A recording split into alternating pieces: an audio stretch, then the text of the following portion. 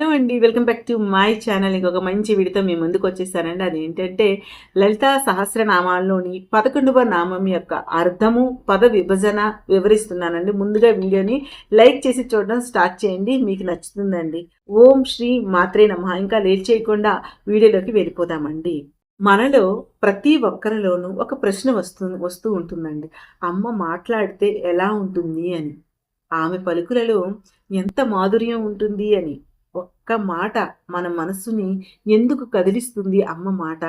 అదే ఈ శ్లోకం అండి. ఈ శ్లోకం యొక్క విభజనను అలాగే లోతైన అర్థాన్ని ఇప్పుడు చూద్దామండి. లలితా సహస్రనామం 11వ శ్లోకము.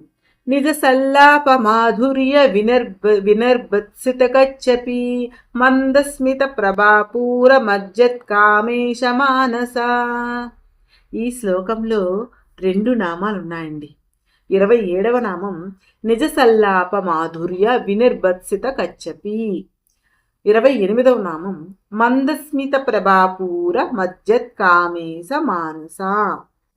ఈ 2 నామాలు కూడా 16 అక్షరాలు గల నామాలండి. వీటిని విడదీసి కలిపి చదవాలి. నిజ సల్లాప మాధుర్య వినిర్భత్సిత కచ్చపి. నిజ అంటే సహజమైన లేదా సత్యమైన అని అర్థం. సల్లాప అంటే శ్రీ విద్యా సంభాషణ లేదా సంభాషణ అని అర్థం. మాధుర్య అంటే మధురమైన అని అర్థం. వినర్భత్సిత అంటే తిరస్కరించబడిన. కచ్చపి సరస్వతీదేవి చేతిలో ఉన్నటువంటి వీణ పేరు కచ్చపి అని. అమ్మ మాటల యొక్క మాధుర్యము సరస్వతీదేవి చేతిలో ఉన్నటువంటి కచ్చపి వీణానాదం కంటే కూడా మధురంగా ఉంది అని ఈ నామం యొక్క అర్థం అండి. అంటే అమ్మ తన హృదయం నుండే మాట్లాడే మాటలు ఎలా ఉన్నాయి అంటే అదంతా కూడా ఒక మధుర సంభాషణ కింద ఉందంటండి.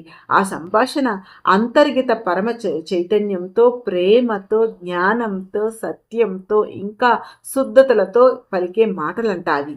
అలా అమ్మ అలవోకగా ఏవి మాట్లాడినా కూడా దాని వెనుక ఎంతో ఆనందాన్ని ఇచ్చినటువంటి జ్ఞానమే ఉందంట. అలా అమ్మ పలికినటువంటి పలుకులు వింటుంటే ఒక్కసారి కాదు మరలా మరలా వినాలి అనిపిస్తూ ఉంటుందంట. అమ్మ మాటలను వినటువంటి కవులకు కూడా ఒక నదీ ప్రవాహంలో కవిత్వం అనేది పుట్టుకొస్తూ ఉంటుందంట. అమ్మ మాటల్లో ఉన్నటువంటి వాక్చాతుర్యము, ఆ తీయదనము, సరళత, జ్ఞానము ఇవన్నీ కూడా ఎన్ని సంవత్సరాలు యుగాల పాటు వర్ణించినా కూడా అమ్మ మాటల్లో ఉన్నటువంటి మాధుర్యాన్ని వర్ణించలేమంట. అయితే ఆ మాటల మాధుర్యాన్ని మనం వినగలమా అంటే వినలేము. కేవలం అనుభవించగలం మాత్రమే. అది ఒక అనుభూతి అండి. ఆ అనుభూతిని పొందగలిగితేనే అమ్మ యొక్క మాటల మాధుర్యాన్ని మనం తెలుసుకోగలం. కచ్చపి అని ఉంది కదండి. కచ్చపి అనేది వీణా వాయిద్యం అండి. మన కొంతమంది దేవతలు, మునులు వీణానాదం చేస్తూ ఉంటారు. వాళ్ళు ఆ వీణల యొక్క స్వరాలు సప్త స్వరాలుగా ఆ భగవంతునిపై కీర్తనలు పలుకుతూ ఉంటారు. అలా నారదుడి చేతిలో ఉన్నటువంటి వీణ పేరు మహతి. తుంగురుడి చేతిలో ఉన్న వీణ పేరు కళావతి. అలానే సరస్వతీదేవి మాత చేతిలో ఉన్నటువంటి వీణ పేరు కచ్చపి.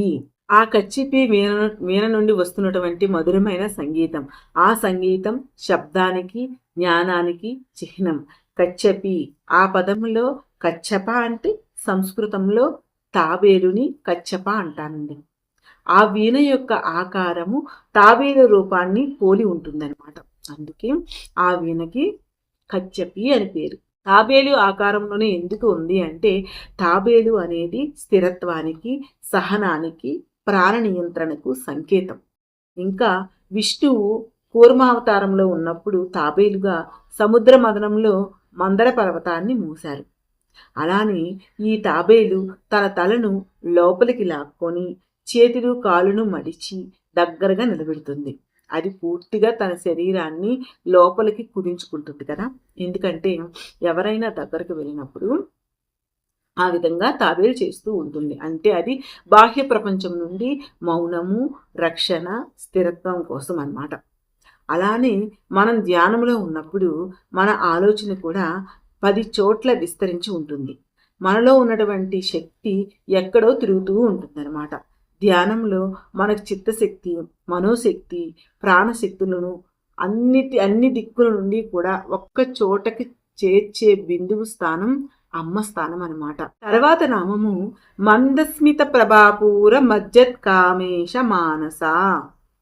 మందస్మిత మెల్లగా వచ్చిన చిరునవ్వు. ప్రభాపూర అంటే కాంతి ప్రవాహము. మజ్జత్ మునిగి తేలుతున్నట్లుగా. కామేశ కామేశ్వరుడు. మానస మనస్సు అని అర్థం. అమ్మ చిరునవ్వు అనే కాంతి ప్రవాహంలో ఈశ్వరుని మనస్సు మునిగి తేలుతూ ఉంది అని ఈ నామం యొక్క అర్థమండి. అమ్మ చిరునవ్వు ఎలా ఉందంట?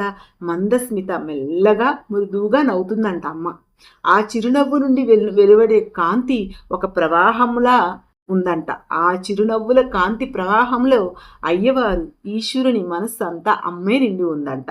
అమ్మ చిరునవ్వు మౌనపు చిరునవ్వు, చైతన్యపు చిరునవ్వు, అంతరాత్మ నుంచి ఉద్భవించినటువంటి మౌని మాధుర్యం, అహంకార రహితమైన స్వభావపు కాంతి. ఆ చిరునవ్వులో విరిసిన ప్రకాశము ఒక కాంతి మాత్రమేనా? కానే కాదండి.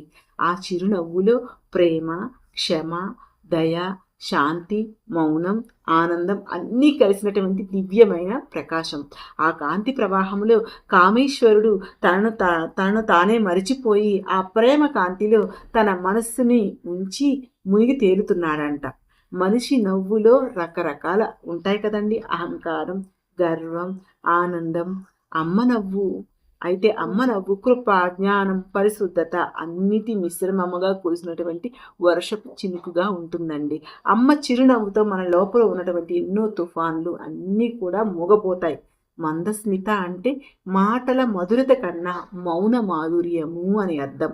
కామేశ మానస శివుని మనస్సు అంతా తానే అయిపోయింది. కామేశ్వరుడు అంటే ఎవరు? కామాన్ని గెలిచినవాడు.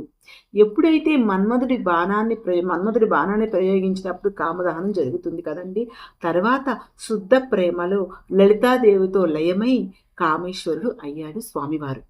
ఇక్కడ కామం అంటే ఇంద్రియ కామం కాదండి.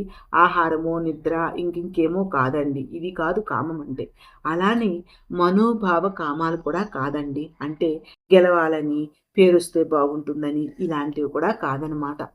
కామము అంటే ప్రేమ, ఐక్యత, సృష్టి సంకల్పం.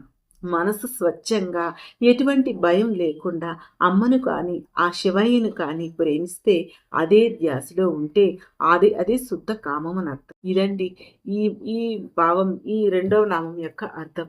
సో మీకు వీడియో నచ్చింది అనుకుంటున్నానండి. వీడియో నచ్చితే ప్లీజ్ అండి లైక్ చేయండి, షేర్ చేయండి. నా ఛానల్లో అన్ని శ్లోకాల వివరణ ఉంది, ఒకసారి వెళ్ళి చూడండి. ఓం శ్రీ మాత్రే నమః.